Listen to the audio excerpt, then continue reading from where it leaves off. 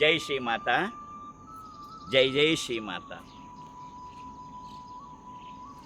ಮನುಷ್ಯ ಬಹಳಷ್ಟು ನೋವನ್ನು ಪಡ್ತಾನೆ, ದುಃಖವನ್ನು ಪಡ್ತಾನೆ, ಇಡೀ ಜೀವನವನ್ನು ದುಃಖಮಯವಾಗೇ ಕಳೀತಾನೆ. ಇವತ್ತು ಪ್ರಕೃತಿಯನ್ನು ನೋಡಿದ್ರೆ ಎಲ್ಲವೂ ಕೂಡ ಆನಂದಮಯವಾಗಿದೆ. ಹರಿತಾ ಇರೋ ನೀರಾಗಲಿ, ಪಶು ಪ್ರಾಣಿ ಕೀಟಗಳಾಗಲಿ ಎಲ್ಲ ಆನಂದಮಯವಾಗಿದೆ. ಆದರೆ ಮನುಷ್ಯ ಮಾತ್ರ ಆನಂದಮಯವಾಗಿಲ್ಲ. ಮನುಷ್ಯ ಆನಂದವಾಗಿರಬೇಕಾದ್ರೆ, ಜೀವನದ ಸಾರ್ಥಕತೆ ಆಗಬೇಕಾದ್ರೆ ಏನು ಮಾಡಬೇಕು ಅಂದರೆ, ಮನುಷ್ಯನ ಮನಸ್ಥಿತಿ ಬದಲಾಗಬೇಕು. ಮನುಷ್ಯ ಬದಲಾಗಬೇಕು. ಯಾಕೆಂದರೆ ಒಳಗಡೆ ಎಲ್ಲ ಗುಣಗಳನ್ನು ನಮಗೆ ಕೊಟ್ಬಿಟ್ಟಿದ್ದಾನೆ ಭಗವಂತ.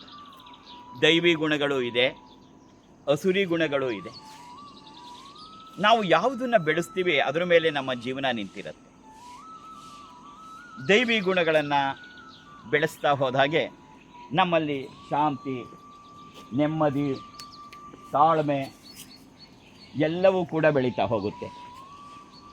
ಆದರೆ ದುರ್ಗುಣಗಳಾದಂಥ ಡಾಂಬಿಕತನ, ಗರ್ವ ಇದನ್ನು ಬೆಳೆಸ್ತಾ ಹೋದರೆ ಅಸುರಿ ಗುಣಗಳು ಬೆಳೆಯುತ್ತೆ. ನಮ್ಮಲ್ಲಿರ್ತಕ್ಕಂಥ ದೈವಿ ಗುಣಗಳನ್ನು ನಾವು ಬೆಳೆಸ್ತಾ ಹೋದರೆ ಮನಸ್ಸಿಗೆ ಶಾಂತಿ, ನೆಮ್ಮದಿ, ಜೀವನದ ಸಾರ್ಥಕತೆ ಇದೆಲ್ಲ ತಾನೇ ತಾನಾಗಿ ಬರ್ತಾ ಇರುತ್ತೆ.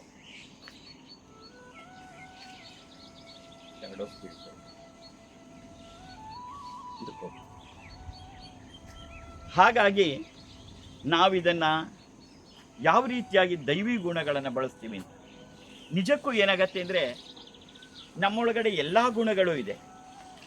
ಎಲ್ಲ ಗುಣಗಳು ನಿನ್ನಲ್ಲೇ ಅಡಗಿ ತಾಂಡವಾಡುತ್ತಿದೆ. ಅದನ್ನು ನಾವು ಮೊದಲು ಮನುಷ್ಯರಾಗಿ ಬಳಬೇಕು. ಕೇವಲ ನಾವು ಒಂದು ದೇಹವನ್ನು ಪಡ್ಕೊಂಬಂದ್ಬಿಟ್ಟಿದ್ದೀವಿ, ಕೈ ಕಾಲು ಮೂಗು ಅಂದು ಮಾತ್ರಕ್ಕೆ ನಾವು ಮನುಷ್ಯರಲ್ಲ. ಮನುಷ್ಯ ಅನ್ನೋದೇ ಬೇರೆ, ಮನುಷ್ಯತ್ವ ಅನ್ನೋದೇ ಬೇರೆ. ಯಾರು ಮನುಷ್ಯತ್ವವನ್ನು ಬೆಳೆಸ್ಕೋತಾರೆ ಅವರು ಮಾತ್ರವೇ ಮನುಷ್ಯರಾಗ್ತಾರೆ. ಆ ಮನುಷ್ಯತ್ವ ಆಗಿ ನಾವು ಮನುಷ್ಯರಾದರೆ ನಿಜವಾದ ನೆಮ್ಮದಿ, ಶಾಂತಿ, ಸಾರ್ಥಕತೆಗೆ.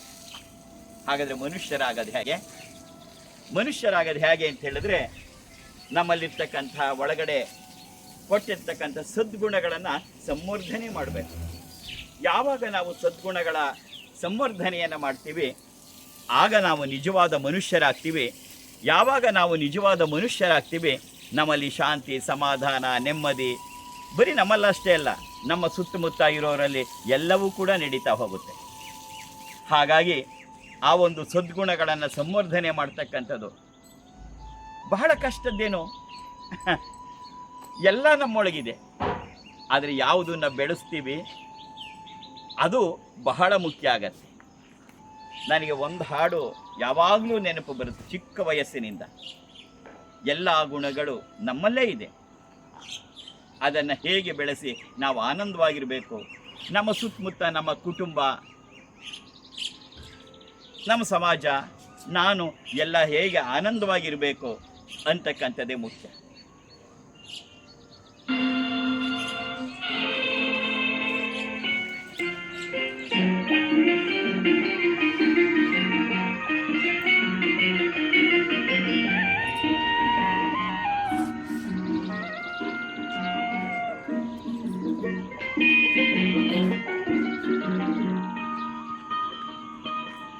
ಮಾನವನಾಗುವೆಯ ಇಲ್ಲ ದಾನವನಾಗುವೆಯ, ನೀ ಮಾನವ ಕುಲಕ್ಕೆ ಮುಳ್ಳಾಗುವೆಯ.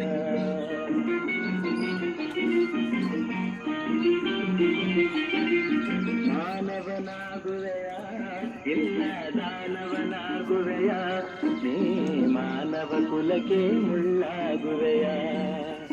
ಹೇಳು ನೀ ಹೇಳು, ಹೇಳು ನೀ ಹೇಳು.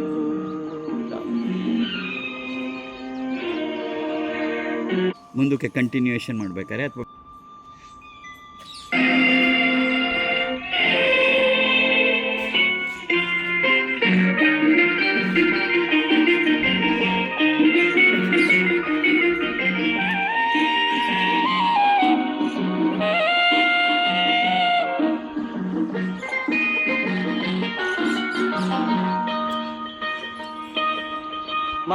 ಮಾನವನಾಗುವೆಯ ಇಲ್ಲ ದಾನವನಾಗುವೆಯ ನೀ ಮಾನವ ಕುಲಕ್ಕೆ ಮುಳ್ಳಾಗುವೆಯ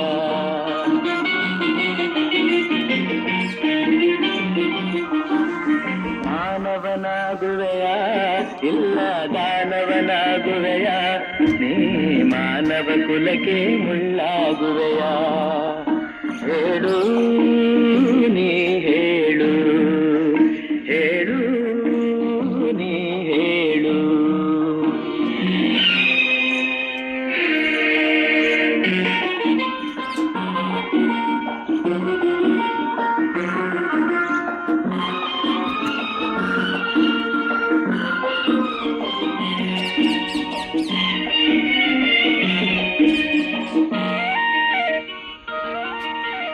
ಎಲ್ಲ ಗುಣಗಳು ನಿನ್ನಲೆ ಅಡಗಿ ಕಾಳಗ ಮಾಡುತ್ತಿವೆ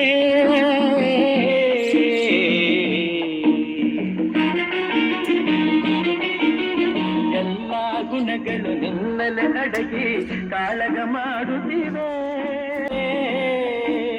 ಮನ ತುಂಬಿರುವ ಶಾಂತಿಯ ನುಂಗಿ ಕುಣಿಯಲು ನೋಡುತ್ತಿವೆ ರೋಷವ ಬಿಡುವೆಯ ದ್ವೇಷವ ಮರವೆಯ ರೋಷವ ಬಿಡುವೆಯ ದ್ವೇಷವ ಮರವೆಯ ರಕ್ಕಸನ ವಿಷಗಾಳಿಯ ನುಂಗದ ಬದುಕಿ ಎಲ್ಲರ ಉಳಿಸುವೆಯ ಬದುಕಿ ಎಲ್ಲರ ಉಳಿಸುವೆಯ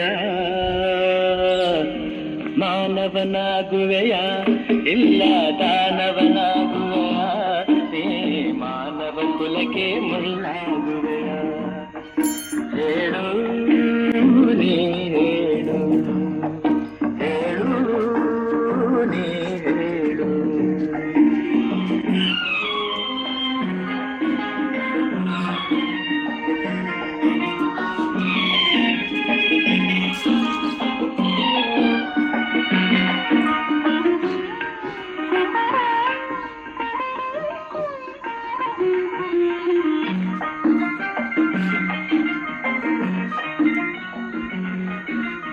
ಕನಕನಕಗಳ ಕೇಳುವುದಿಲ್ಲ ಸ್ನೇಹದ ಹವ್ಯಾಸ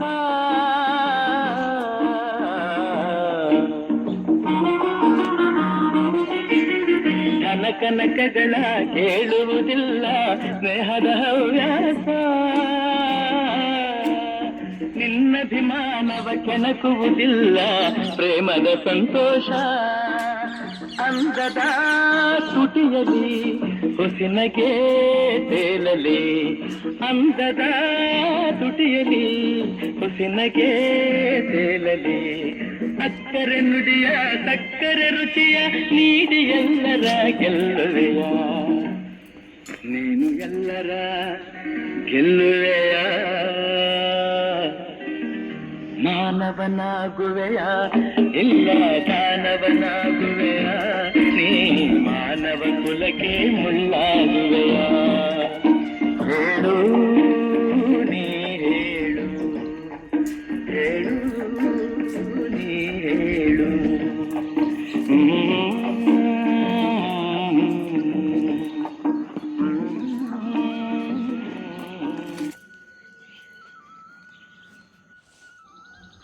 ಎಲ್ಲ ಗುಣಗಳನ್ನು ನಮ್ಮೊಳಗೆ ತುಂಬಿಕೊಂಡಿದ್ದೀವಿ. ಶ್ರೀಕೃಷ್ಣ ಪರಮಾತ್ಮ ಕೂಡ ಭಗವದ್ಗೀತೆಯ 16ನೇ ಅಧ್ಯಾಯದಲ್ಲಿ ಇದನ್ನು ಹೇಳ್ತಾನೆ. ದೈವಾಸುರ ಗುಣ ವಿಭಾಗ ಅಂತ, ದೈವರು ಮತ್ತು ಅಸುರರು ಎಲ್ಲ ಗುಣಗಳನ್ನು ನಮ್ಮಲ್ಲೇ ತುಂಬಿದ್ದಾನೆ. ನಾವು ದೈವಿ ಗುಣಗಳನ್ನು ಬೆಳೆಸ್ತಾ ಹೋದಾಗೆ ಪ್ರೀತಿ, ಕರುಣೆ, ದಯೆ, ಮಮತೆ, ಪ್ರಪಂಚವೇ ವಿಶಾಲವಾಗಿ ಕಾಣುತ್ತೆ. ಯಾವಾಗಲೂ ನಮ್ಮ ಹೃದಯ ವಿಶಾಲವಾಗ್ತಾ ಹೋಗುತ್ತೆ. ಆಗ ನಮಗನ್ಸತ್ತೆ, ವನಸುಮದೊಳೆನ್ನ ಜೀವನವು ಅರಳಿಸುವಂತೆ ಮಾಡೆನ್ನ ಗುರುವೆ. ಕಾಡಿನಲ್ಲಿ ಹುಟ್ಟಿದಂತಹ ಒಂದು ಹೂವು ತಾನು ದೇವರ ಮುಡಿಗೆ ಇರಲಿಲ್ಲ ಅಥವಾ ಒಂದು ಹೆಣ್ಣಿನ ಮುಡಿಗೂ ಇರಲಿಲ್ಲ ಅಂತ ಬೇಸರ ಮಾಡಿಕೊಳ್ಳೋದು. ತನ್ನ ಜನ್ಮ ಸಾರ್ಥಕವಾಯಿತು ಅಂಥೇಳಿ ನಗನಗ್ತಾ ಅದು ಜೀವನವನ್ನು ಮಾಡಿ ಸಂಜೆಗೆ ಕೆಳಕ್ಕೆ ಬಿದ್ದು ಹೊರಟೋಗುತ್ತೆ. ಹಾಗೆ ನಮ್ಮ ಜೀವನ ನಗನಗ್ತಾ ಇರಬೇಕು. ಹಾಗೆ ನಗನಗ್ತಾ ಇರಬೇಕಾದ್ರೆ ನಿಜವಾದ ನಗು ಹೃದಯದಿಂದ ಬರುತ್ತೆ. ಯಾವಾಗ ನಾವು ಮನುಷ್ಯರಾಗಿ ಬಾಳಿದಾಗ ಮಾತ್ರ. ಎಲ್ಲ ಗುಣಗಳು ನಮ್ಮಲ್ಲಿದೆ. ಮನುಷ್ಯನ ಗುಣಗಳಿದೆ, ದಾನವ ರಾಕ್ಷಸರ ಗುಣ ಇದೆ, ದೈವಿ ಗುಣಗಳಿದೆ. ಯಾವುದನ್ನು ಬೆಳೆಸ್ತೀವಿ ನಾವು ಹಾಗಾಗ್ತೀವಿ. ರಾಕ್ಷಸ ಗುಣಗಳನ್ನೇ ಬೆಳೆಸ್ತಾ ಹೋದರೆ ನಾವು ರಾಕ್ಷಸರಾಗಿ ನೋಡೋಕ್ಕೆ ಮನುಷ್ಯರಾಗೇ ಇರ್ತೀವಿ, ರಾಕ್ಷಸ ಜೀವನವನ್ನು ಪಡ್ತೀವಿ. ನಮ್ಮಿಂದ ಯಾರಿಗೂ ಸುಖವೂ ಇಲ್ಲ, ನೆಮ್ಮದಿಯೂ ಇಲ್ಲ, ಶಾಂತಿ ಇಲ್ಲ ಮತ್ತು ನಗುವೂ ಇಲ್ಲ. ಅದು ಒಂದು ಜೀವನ ಕಳೆದು ಹೋಗ್ಬಿಡತ್ತೆ. ಮನುಷ್ಯತ್ವದ ಲಕ್ಷಣಗಳನ್ನು ಬೆಳೆಸ್ಕೊತಾ ಬಂದರೆ, ಅಂದರೆ ಸದ್ಗುಣಗಳನ್ನು ಸಂವರ್ಧನೆ ಮಾಡ್ತಾ ಹೋದರೆ ನಮ್ಮ ಜೀವನ ಆಗ ನಿಜವಾಗ ಮನುಷ್ಯತ್ವದ ಜೀವನ. ಅದರಲ್ಲಿ ಒಂದು ಪ್ರೀತಿ, ಪ್ರೇಮ, ಆನಂದ, ವಿಶಾಲ ಹೃದಯತೆ ಬಂದಾಗ ಇಡೀ ನಾನು ಸಂತೋಷವಾಗಿರ್ತೀನಿ, ನನ್ನ ಸುತ್ತಮುತ್ತ ಇರೋರು ಕೂಡ ಸಂತೋಷವಾಗಿರ್ತಾರೆ. ಜೀವನ ಆನಂದಮಯವಾದ ಜೀವನ ಆಗುತ್ತೆ. ದೈವಿ ಗುಣಗಳನ್ನು ಬೆಳೆಸ್ತಾ ಹೋದರೆ ಮಾನವನೇ ಮಾಧವನೂ ಆಗಬಲ್ಲ. ಎಲ್ಲ ನಮ್ಮೊಳಗೆ ಇದೆ. ಆ ಎಲ್ಲ ನಮ್ಮೊಳಗೆ ಇರುವುದನ್ನು ನಾವು ಹೇಗೆ ಪೋಷಣೆಯನ್ನು ಮಾಡ್ತೀವಿ ಅನ್ನೋದಷ್ಟೇ ಜೀವನದ ಬಹುಮುಖ್ಯ ಉದ್ದೇಶ. ಇದೇ ಸದ್ಗುಣ ಸಂವರ್ಧನೆ. ಬಸವಣ್ಣನವರು ಕೂಡ ಇದೇ ಮಾತನ್ನು ಹೇಳ್ತಾರೆ. ಎನಿಸು ಕಾಲ ಕಲ್ಲು ನೀರೊಳಗೆ ಮುಳುಗಿದ್ದರೇನು, ನೆನೆದು ಮೃದುವಾಗಬಲ್ಲುದೇ ಅಯ್ಯ. ಎನಿಸು ಕಾಲ ತಮ್ಮ ತಪವ ಮಾಡಿದೊಡೇನು, ಅಂತರಂಗ ಶುದ್ಧಿ ಇಲ್ಲದೊಡೇನು. ನಾವು ಎಷ್ಟೇ ಕಾಲ ತಪಸ್ಸು ಮಾಡಬಹುದು, ಏನು ಪ್ರಯೋಜನ? ಒಂದು ಕಲ್ಲನ್ನು ನೀರೊಳಗೆ ಹಾಕಿ ಅದು ಮೆತ್ತಗಾಗತ್ತೆ ಅಂತ ಎಷ್ಟು ವರ್ಷ ಇಟ್ಟಿದ್ರೆ ತಾನೇ ಮೆತ್ತಗಾಗಕ್ಕೆ ಸಾಧ್ಯ? ಮೆತ್ತಗಾಗಕ್ಕೆ ಸಾಧ್ಯವೇ ಇಲ್ಲ. ಎನಿಸು ಕಾಲ ಕಲ್ಲು ನೀರೊಳಗೆ ಮುಳುಗಿದ್ದರೇನು, ನೆನೆದು ಮೃದುವಾಗಬಲ್ಲುದೇ ಅಯ್ಯ. ಎನಿಸು ಕಾಲ ತಮ್ಮ ತಪವ ಮಾಡಿದೊಡೇನು, ಅಂತರಂಗ ಶುದ್ಧಿ ಇಲ್ಲದೊಡೆ. ನನ್ನ ಅಂತರಂಗನೇ ನಾನು ಶುದ್ಧಿ ಮಾಡಿಕೊಳ್ಳದೆ, ನಾನು ಜಪ ಮಾಡಿದೆ, ಪೂಜೆ ಮಾಡಿದೆ, ಯಾತ್ರೆಗಳ ಮಾಡಿದೆ, ದಾನ ಧರ್ಮವನ್ನು ಮಾಡಿದೆ. ಬಸವಣ್ಣವ್ರು ಕೇಳ್ತಾರೆ, ವಿಶ್ವಗುರು ಬಸವಣ್ಣವರು, ಏನಾಯಿತು ಇದರಿಂದವ? ಹೇಗೆ ಒಂದು ಕಲ್ಲನ್ನು ನೀರೊಳಗೆ ಹಾಕಿದರೆ ಅದು ಹೇಗೆ ಮೃದುವಾಗುವುದೋ ಇಲ್ವೋ, ಅಂತರಂಗ ಶುದ್ಧಿಯನ್ನೇ ಮಾಡಿಕೊಳ್ಳದೆ ಎಷ್ಟು ತಪಸ್ಸನ್ನು ಮಾಡಿದ್ರೆ ಏನು? ಇದನ್ನು ನಾವು ಜೀವನದಲ್ಲಿ ಗಮನಿಸಬೇಕು. ಇದೇ ಸದ್ಗುಣ ಸಂವರ್ಧನೆ. ನಮ್ಮನ್ನು ನಾವು ಅವಲೋಕನ ಮಾಡ್ಕೋಬೇಕು. ನಮ್ಮ ದುರ್ಗುಣಗಳನ್ನು ಕಳೀತಾ ಸದ್ಗುಣಗಳನ್ನು ಸಂವರ್ಧನೆ ಮಾಡ್ಕೋಬೇಕು. ಬಸವಣ್ಣವ್ರು ಮುಂದುವರಿಸಿ ಹೇಳ್ತಾರೆ, ಕಳಬೇಡ, ಕೊಲಬೇಡ, ಹುಸಿಯ ನುಡಿಯಲು ಬೇಡ, ಮುನಿಯ ಬೇಡ, ಅನ್ಯರಿಗೆ ಅಸಹ್ಯ ಪಡಬೇಡ, ತನ್ನ ಬಣ್ಣಿಸಬೇಡ, ಇದರ ಹಳಿಯಲು ಬೇಡ. ಇದೇ ಅಂತರಂಗ ಶುದ್ಧಿ, ಇದೇ ಬಹಿರಂಗ ಶುದ್ಧಿ. ಅಷ್ಟಕ್ಕೆ ನಿಲ್ಲಿಸಲಿಲ್ಲ, ಇದೇ ನಮ್ಮ ಕೂಡಲ ಸಂಗನ ಒಲಿಸುವ ಪರಿ. ಹಾಗಾಗಿ ಇಡೀ ನಮ್ಮ ಜೀವನವನ್ನು ನಾವು ಕಳಿಬೇಕಾದ್ದು ಹೇಗೆ ಅಂತಂದರೆ, ನಿಜವಾದಂತಹ ಆಧ್ಯಾತ್ಮಿಕತೆ ನಮ್ಮನ್ನು ನಾವು ಬದಲಾಯಿಸ್ಕೊಳ್ಳೋದ್ರಲ್ಲಿದೆ. ನಮ್ಮನ್ನು ನಾವು ಬದಲಾಯಿಸ್ಕೊತಾ ಹೋಗಬೇಕು, ಬದಲಾಗಬೇಕು. ನನ್ನಲ್ಲಿರುವ ಅಸುರಿ ಗುಣಗಳೆಲ್ಲ ಕಡಿಮೆಯಾಗಿ ಸದ್ಗುಣಗಳು ಸಂವರ್ಧನೆಯಾಗ್ತಾ ಹೋಗಬೇಕು. ಹಾಗಾದಾಗ ಮಾತ್ರ ಜೀವನಕ್ಕೆ ಒಂದು ಅರ್ಥ. ಇಲ್ಲದೆ ಇದ್ರೆ ಜೀವನ ಸಾಗತ್ತೆ, ಆದರೆ ಮುಗಿದಂತೂ ಹೋಗ್ಬಿಡತ್ತೆ. ಇದೆಲ್ಲವನ್ನು ಗಮನದಲ್ಲಿಟ್ಕೊಂಡು ನಮ್ಮನ್ನು ನಾವು ಬದಲಾಯಿಸ್ಕೊಳ್ಳುವಂಥ ಪ್ರಯತ್ನವನ್ನು ಕಿಂಚಿತ್ತಾದರೂ ಜೀವನದಲ್ಲಿ ನಾವು ಮಾಡ್ತಾ ಹೋಗಬೇಕು. ಹೀಗೆ ಮಾಡ್ತಾ ಹೋಗೋದನ್ನೇ ನಾವು ಸದ್ಗುಣ ಸಂವರ್ಧನೆ ಅಂತ ಕರೀತಕ್ಕಂಥದ್ದು. ಇದ್ರ ಬಗ್ಗೆ ನಮ್ಮ ಪರಮ ಪೂಜ್ಯ ವಿರಜಾನಂದ ಸರಸ್ವತಿ ಮಹಾರಾಜರು ಅವರ ಜೀವಿತದ ಕಾಲದಲ್ಲಿ ಒಂದು ಸಣ್ಣದಾದಂಥ ಪುಸ್ತಕವನ್ನು ಬರೆದಿದ್ರು, ಸದ್ಗುಣ ಸಂವರ್ಧನೆ ಅಂತ. ಈಗ ಈ 2026 ಜೂನ್ 23 ಇದೆ ಶಿವಮೊಗ್ಗದ ಶುಭಮಂಗಳ ಕಲ್ಯಾಣ ಮಂಟಪದಲ್ಲಿ ಅವರ ಆರಾಧನೆ. ಹಾಗಾಗಿ ಇಂತಹ ಪವಿತ್ರವಾದ ದಿನ ಆ ಪುಸ್ತಕವನ್ನು ಮತ್ತೆ ಹೊರತಂದು ಜಗತ್ತಿಗೆ ನೀಡಿ ಆ ಸದ್ಗುಣಗಳನ್ನು ಹೇಗೆ ಸಂವರ್ಧನೆ ಮಾಡಬೇಕು ಅಂತಕ್ಕಂಥದ್ದನ್ನು ನಾವು ನೋಡ್ತಾ ಹೋಗಬೇಕು.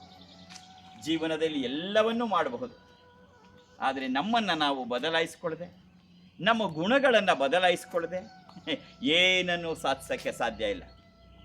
ಪರಪ್ರಪಂಚದಲ್ಲಿ ಏನೇನೋ ಸಾಧಿಸ್ತೆ ಅನ್ಕೋಬಹುದು, ಆದರೆ ನನ್ನೊಳಗಡೆ ಇರ್ತಕ್ಕಂಥ ನೆಮ್ಮದಿ, ಶಾಂತಿ, ಸಮೃದ್ಧಿ ಇದೆಲ್ಲ ಕೂಡ ನನ್ನದಾಗಬೇಕಾದ್ರೆ ಆ ಸದ್ಗುಣಗಳ ಸಂವರ್ಧನೆ ಆಗಬೇಕು. ಆ ವಿಶಿಷ್ಟವಾದಂಥ ಪುಸ್ತಕವೇ ಸ್ವಾಮಿ ವಿರಜಾನಂದ ಸರಸ್ವತಿ ಮಹಾರಾಜ್, ಸರ್ವಾತೀತ ಸದ್ಗುರು ಸ್ವಾಮಿ ವಿರಜಾನಂದ ಸರಸ್ವತಿ ಮಹಾರಾಜರು ಕೃಪೆ ಇಟ್ಟು ತಾವು ನಡೆದ ದಾರಿಯನ್ನು ನಮಗೆ ತೋರಿಸಿಕೊಟ್ಟ ಪುಸ್ತಕವೇ ಸದ್ಗುಣ ಸಂವರ್ಧನೆ. ಈ ಪುಸ್ತಕ ನೂರಾರು ಹೃದಯಗಳಲ್ಲಿ ಉನ್ನತವಾದ ಭಾವನೆಗಳನ್ನು ತುಂಬಿ ಅವರ ಗುಣಗಳು ಕೂಡ ಪರಿವರ್ತನೆಯಾಗಿ ಅವರು ಕೂಡ ನೆಮ್ಮದಿಯ, ಶಾಂತಿಯ, ಸಮಾಧಾನದ ಜೀವನವನ್ನು ಸಾಗಿಸ್ತಾ ತಮಗೆ, ತಮ್ಮ ಕುಟುಂಬಕ್ಕೆ, ಸಮಾಜಕ್ಕೆ ಮತ್ತು ರಾಷ್ಟ್ರಕ್ಕೆ ಒಂದು ಆಸ್ತಿಯಾಗಲಿ, ಅದರ ಮುಖ್ಯ ಗುರಿ ನಮ್ಮದಾಗಲಿ. ಇದೇ ಈ ಸದ್ಗುಣ ಸಂವರ್ಧನೆಯ ಬಹಳ ಮುಖ್ಯವಾದ ಉದ್ದೇಶ. ನಾವು ಗುರುಗಳ ಆರಾಧನೆಯ ದಿನ ಅವರಿಗೆ ಸಲ್ಲಿಸಬಹುದಾದ ಮಹಾ ಕಾಣಿಕೆ ಯಾವುದಪ್ಪ ಅಂದರೆ ನಮ್ಮನ್ನು ನಾವು ಬದಲಾಯಿಸ್ಕೊಳ್ತಕ್ಕಂಥದ್ದು. ಸ್ವಾಮಿ ವಿರಜಾನಂದ ಸರಸ್ವತಿ ಮಹಾರಾಜರು ಯಾವಾಗಲೂ ಹೇಳ್ತಾ ಇದ್ರು, ನಾಗೇಂದ್ರ ಬೇರೆಲ್ಲ ಪವಾಡಗಳು ನಡೆಯಬಹುದು, ಆದರೆ ನಿಜವಾದ ಪವಾಡ ಯಾವುದು ಗೊತ್ತಾ ನಾಗೇಂದ್ರ? ಹೃದಯ ಪರಿವರ್ತನೆಯೇ ನಿಜವಾದ ಪವಾಡ. ಹೃದಯ ಪರಿವರ್ತನೆಯಾಗಬೇಕು. ಸ್ವಾಮಿ ವಿವೇಕಾನಂದರು ಕೂಡ ಇದನ್ನೇ ಹೇಳಿದರು, expansion is life and contraction is death ಅಂತ. ಹಾಗೆ ನಮ್ಮಲ್ಲಿರ್ತಕ್ಕಂತಹ ಎಲ್ಲ ದುರ್ಗುಣಗಳನ್ನು ನಾಶ ಮಾಡ್ತಾ, ಇದೆಲ್ಲ ಯಾರೂ ಹೊರಗಡೆಯಿಂದ ಮಾಡೋಕ್ಕಲ್ಲ, ನಮ್ಮನ್ನು ನಾವೇ ಮಾಡ್ಕೋಬೇಕು. ಅಂತಹ ಸದ್ಗುಣಗಳು ನಮ್ಮಲ್ಲೆಲ್ಲರಲ್ಲಿ ಬೆಳೀಲಿ, ನೀನು ಕೂಡ ಇದರಲ್ಲಿ ಭಾಗಿಯಾಗಲಿ ಅಂತ ಹೇಳ್ತಾ ನಿನಗೆ ಪೂರ್ಣ ಆಶೀರ್ವಾದವನ್ನು ಮಾಡ್ತಿದ್ದೀನಿ. ಜೈ ಶ್ರೀಮಾತಾ, ಜೈ ಜೈ ಶ್ರೀಮಾತಾ. ನಗನಗ್ತಾ ಇರು, ಯಾವಾಗಲೂ ನಗನಗ್ತಾ ಇರಬೇಕು. ಆ ನಗನಗ್ತಾ ಇರಬೇಕಾದ್ರೆ ಆ ನಗು ಹೃದಯಪೂರ್ವಕವಾಗಿ ಬರಬೇಕು. ಆ ನಗು ಹೃದಯಪೂರ್ವಕವಾಗಿ ಬರಬೇಕಾದ್ರೆ ಒಳಗಡೆ ಸದ್ಗುಣಗಳ ಸಂವರ್ಧನೆ ಆಗಬೇಕು. ಜೈ ಶ್ರೀಮಾತಾ, ಜೈ ಜೈ ಶ್ರೀಮಾತಾ, ಜೈ ಜೈ ಶ್ರೀಮಾತಾ. ಸ್ವಸ್ತಿಸ್ತು, ಸಮಸ್ತ ಸನ್ಮಂಗಳಾನಿ ಭವಂತು. ಪೂರ್ಣ ಆಶೀರ್ವಾದ. ಜೈ ಶ್ರೀಮಾತಾ, ಜೈ ಜೈ ಶ್ರೀಮಾತಾ.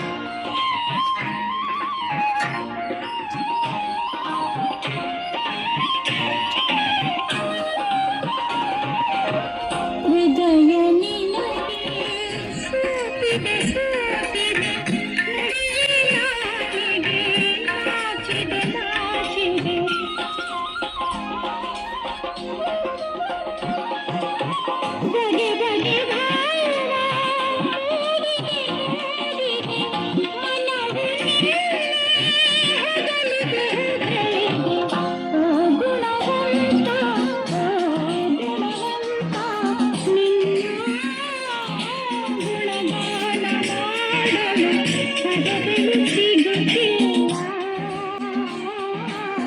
ಪದಗಳು ಸಿಗುತ್ತಿಲ್ಲ.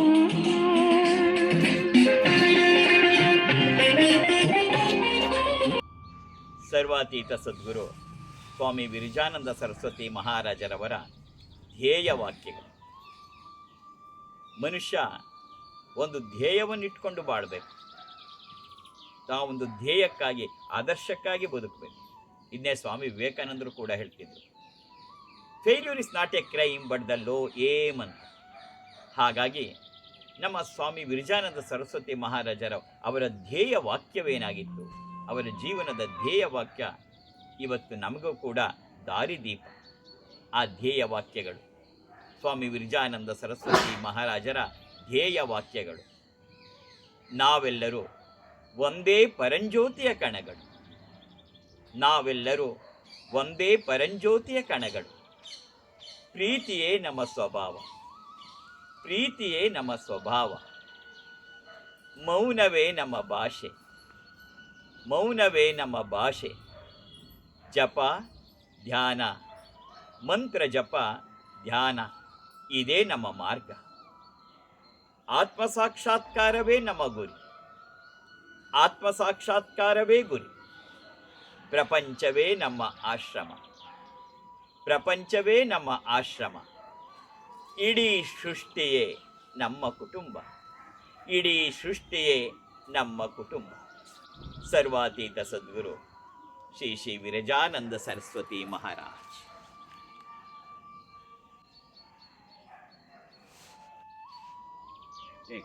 ಸ್ವಾಮಿ ವಿರಜಾನಂದ ಸರಸ್ವತಿ ಮಹಾರಾಜರ ಧ್ಯೇಯ ವಾಕ್ಯಗಳು. ನಾವೆಲ್ಲರೂ ಒಂದೇ ಪರಂಜ್ಯೋತಿಯ ಕಣಗಳು. ಪ್ರೀತಿಯೇ ನಮ್ಮ ಸ್ವಭಾವ, ಮೌನವೇ ನಮ್ಮ ಭಾಷೆ. ಜಪ ಮಂತ್ರ ಜಪ ಧ್ಯಾನವೇ ನಮ್ಮ ಮಾರ್ಗ. ಆತ್ಮಸಾಕ್ಷಾತ್ಕಾರವೇ ನಮ್ಮ ಗುರಿ. ಪ್ರಪಂಚವೇ ನಮ್ಮ ಆಶ್ರಮ, ಇಡೀ ಸೃಷ್ಟಿಯೇ ನಮ್ಮ ಕುಟುಂಬ.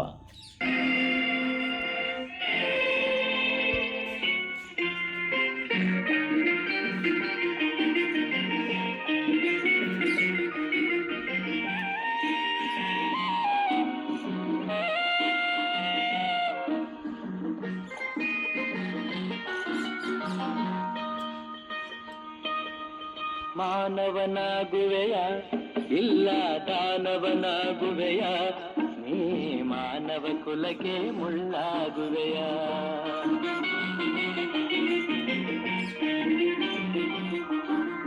ಮಾನವನಾಗುವೆಯ ಇಲ್ಲ ದಾನವನಾಗುವೆಯ, ನೀ ಮಾನವ ಕುಲಕ್ಕೆ ಮುಳ್ಳಾಗುವೆಯ. ಹೇಳು ನೀ ಹೇಳು, ಹೇಳು ನೀ ಹೇಳು.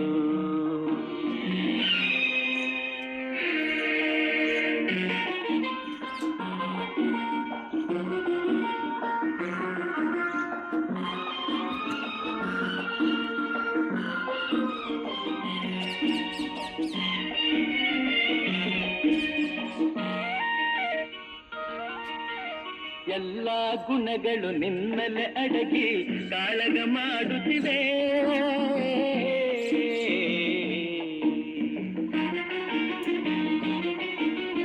ಎಲ್ಲ ಗುಣಗಳು ನಿನ್ನಲೆ ಅಡಗಿ ಕಾಳಗ ಮಾಡುತ್ತಿವೆ. ಮನ ತುಂಬಿರುವ ಶಾಂತಿಯ ನುಂಗಿ ಕುಣಿಯಲು ನೋಡುತ್ತಿವೆ. ರೋಷವ ಬಿಡುವೆಯ, ದ್ವೇಷವ ಮರವೆಯ. ರೋಷವ ಬಿಡುವೆಯ, ದ್ವೇಷವ ಮರವೆಯ. ರಕ್ಕಸನ ವಿಷಗಾಳಿಯ ನುಂಗದ ಬದುಕಿ ಎಲ್ಲರ ಉಳಿಸುವೆಯ, ಬದುಕಿ ಎಲ್ಲರ ಉಳಿಸುವೆಯ. ಮಾನವನಾಗುವೆಯ ಇಲ್ಲ ದಾನವನಾಗುವೆಯ, ನೀ ಮಾನವ ಕುಲಕ್ಕೆ ಮುಳ್ಳಾಗುವೆಯ. ಹೇಳು ನೀ ಹೇಳು, ಹೇಳು ನೀ ಹೇಳು.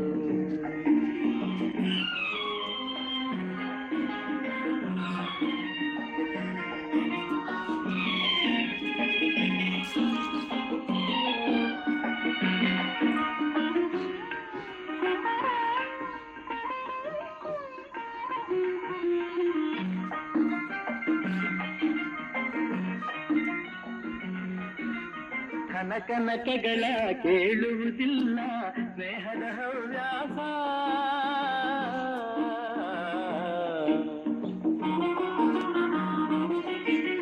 ಕನಕನಕಗಳ ಕೇಳುವುದಿಲ್ಲ ಸ್ನೇಹದ ಹವ್ಯಾಸ.